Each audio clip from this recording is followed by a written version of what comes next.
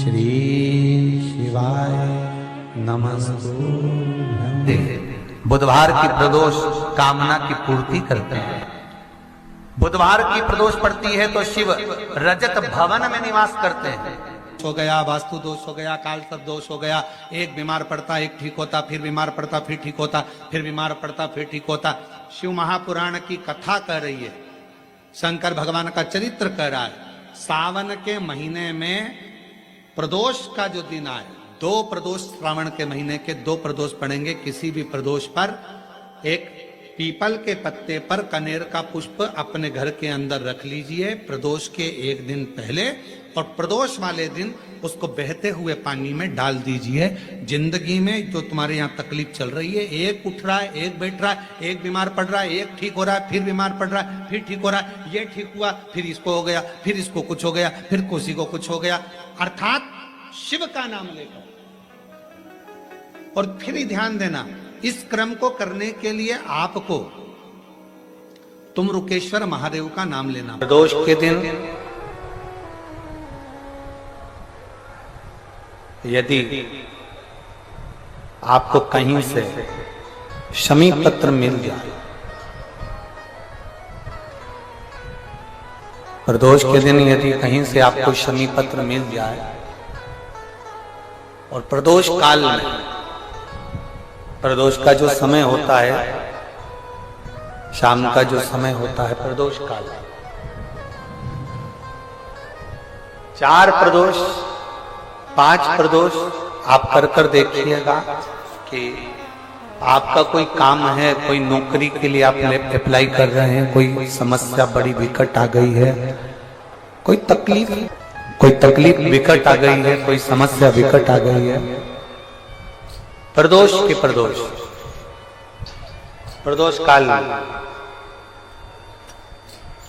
अगर एक शमी पत्र भी आप घर के शिवलिंग को, अब ये करने के लिए आपको मंदिर के शिवलिंग नहीं जाना, अपने घर में जो शिवलिंग, चाहे वो स्फटिक का हो, पारद का हो, कंकर शंकर का हो, लकड़ी का हो, जो शिवलिंग तुम्हारे घर में, कांच का हो, चाहे वो नर्मदा के कंकर का हो, नर्मदेश्वर हो, पाषाण का हो, जो शिवलिंग, चांदी का हो, सोने का हो, तांबे का हो, पीतल का हो, जो शिवलिंग तुम्हारे,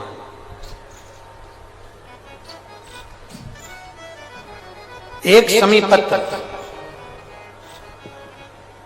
यदि आप भगवान शंकर के शिवलिंग पर समर्पित कर रहे हो, और उस शमी पत्र को उठाकर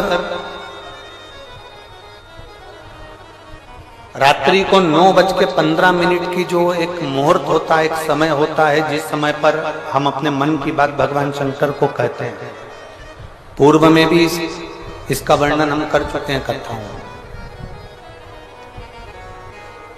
उस 9:15 पर वो शमी पत्र को उठाकर एक कागज में, एक कटोरी में उसको रखते हैं।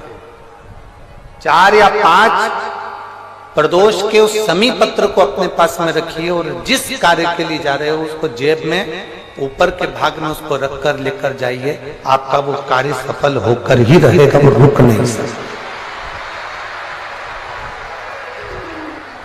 शमी पत्र में इतना बल होता है, प्रदोष का जो शमी पत्र होता है वो बड़ा बलवान होता है, बड़ा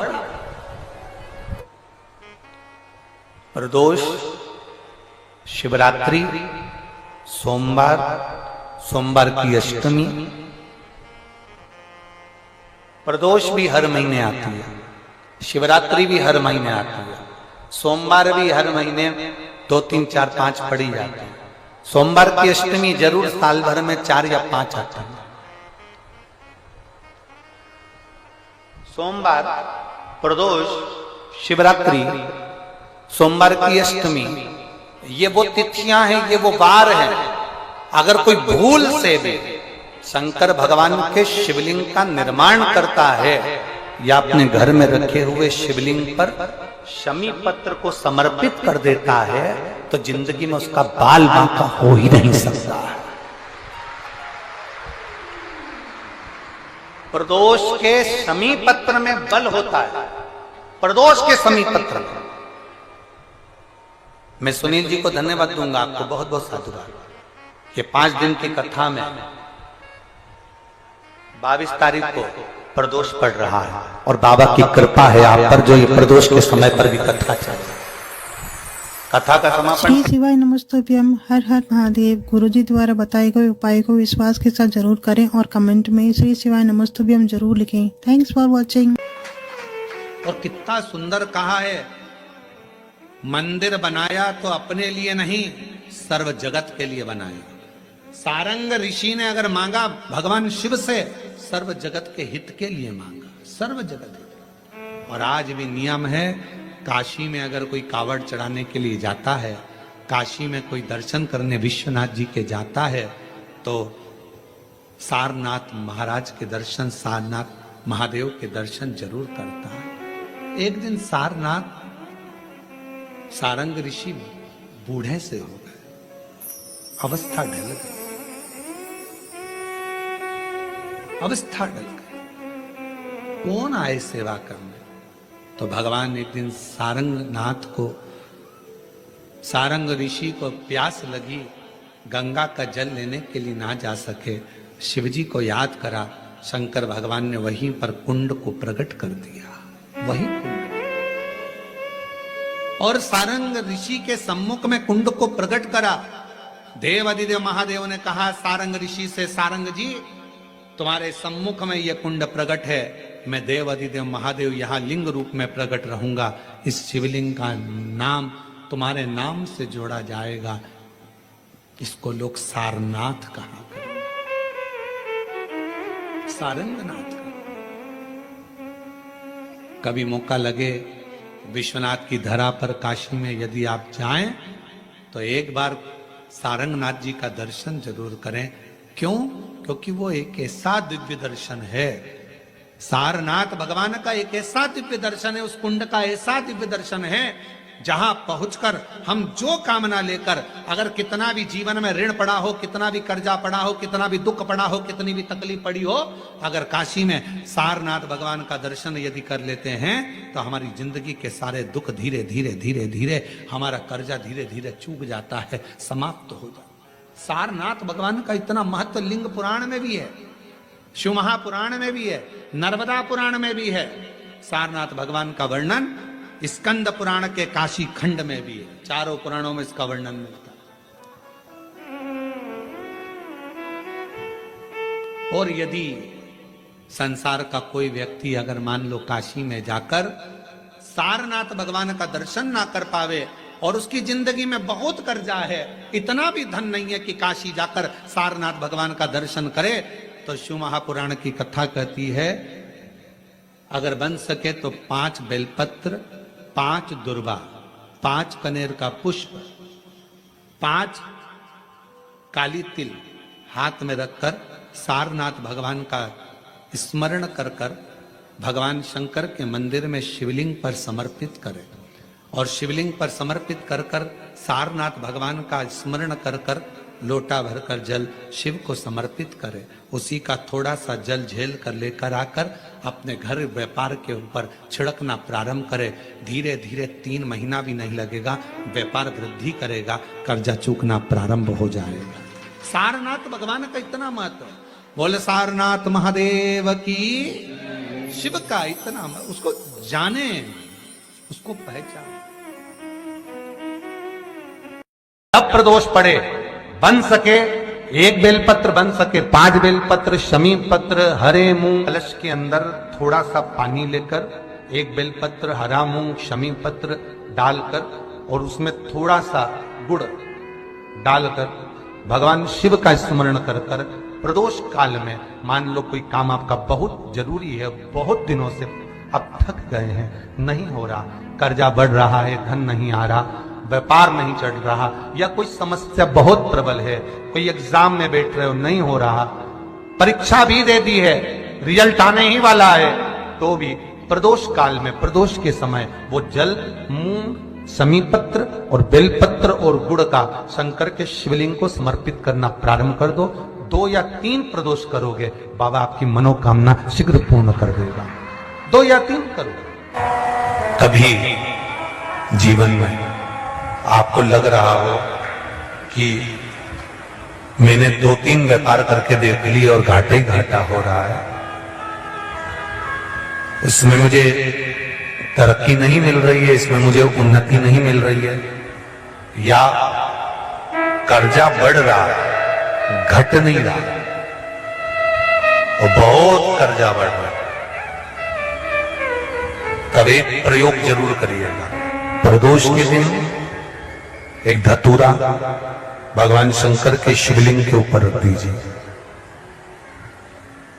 जब तुम्हें लगे कि मैंने 2-3 व्यापार बदल कर देख लिए, चल नहीं रहे या कर्जा बढ़ रहा है, घट नहीं रहा, तब एक धतूरा भगवान शंकर के ऊपर रख दीजिए। धतूरा रखने का एक नियम होता है। धतूरे की जो डंडी होती है, देखिए छोटी सी डंडी होती है धतूरे में, वो डंडी धतूरे की आप जहां बैठे हो उससे विपरीत होना चाहिए। धतूरे की डंडी आप इधर बैठे हो तो धतूरे की डंडी उधर। अपने को लग रहा है कि व्यापार मैंने बदल लिया, 2 बार 4 बार 6 बार व्यापार बदल के देख लिया और कर्जा बढ़ रहा है, पर व्यापार भी नहीं चल रहा। फैक्ट्री डाली वो भी चल बंद हो गई, दुकान डाली वो भी बंद हो गई, कुछ काम करा वो भी बंद हो गया, जहां संबंध के लिए जाते हैं संबंध नहीं होता है, बेटा बेटी बड़े हो गए उनका कहीं जम नहीं रहा, बहुत प्रयास करके देख लिया पर हो नहीं रहा। तो प्रदोष के दिन धतूरे को रखिए पर डंडी विपरीत दिशा की ओर हो और एक लोटा जल धीरे धीरे उसी धतूरे के ऊपर आप चढ़ाना प्रारंभ कर दीजिए जो शिवलिंग के ऊपर रखा हुआ।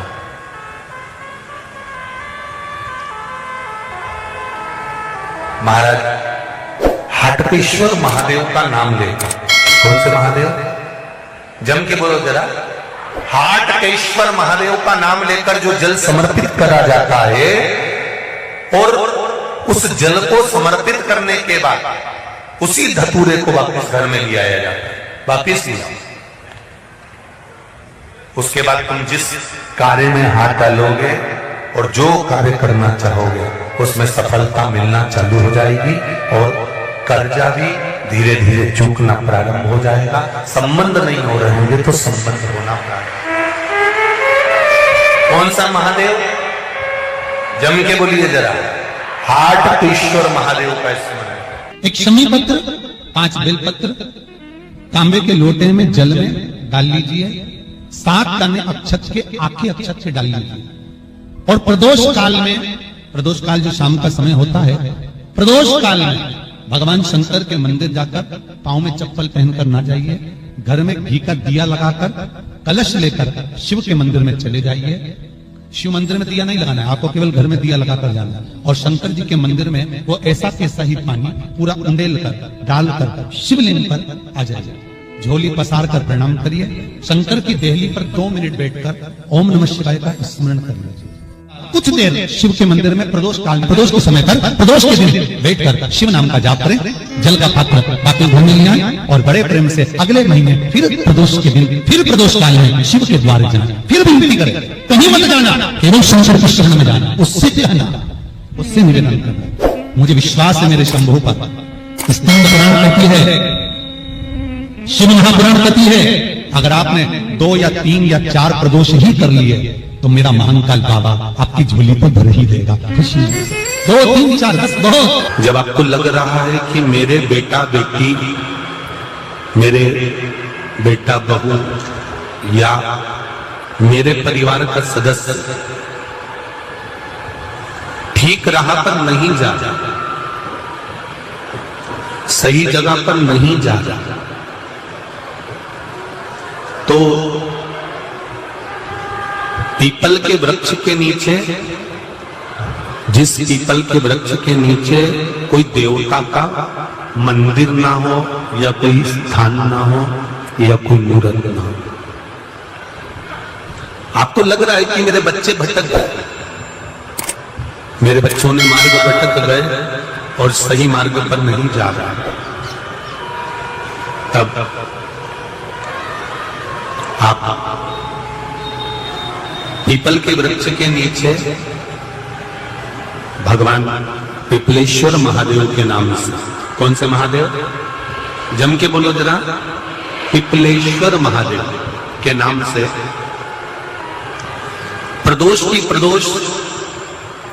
प्रदोष काल में आप पीपल के वृक्ष के नीचे भगवान को पिपलेश्वर महादेव के नाम से दीप लगाना प्रारंभ कर दो। और एक बात का स्मरण रहे आपको, आप पिपलेश्वर महादेव के नाम से जब दिया लगाएं तो आपके स्मरण में रहना चाहिए कि मेरे जो बच्चे गलत मार्ग पर जा रहे हैं, मेरे जो बच्चे परिवार के लोग गलत पथ पर जा रहे हैं, वो उनका मार्ग, हे पिपलेश्वर महादेव आप उनका मार्ग सुलभ करें और उसको सतमार्ग की ओर लेकर, हमारे बच्चे गलत मार्ग की ओर चले गए हैं, उनका मार्ग सुधार दीजिए, मार्ग सवार दीजिए। हमारे यहाँ बहुत सुंदर कहा है शिव महापुराण में प्रदोष व्रत कथा के अंतर्गत, प्रदोष काल में किया गया पुण्य, दान, सत्कर्म, भजन, एक लोटा पानी का भी 7 भाग हमारे भाग्य में है। हर हर महादेव। हमारे चैनल पे आप सभी का स्वागत।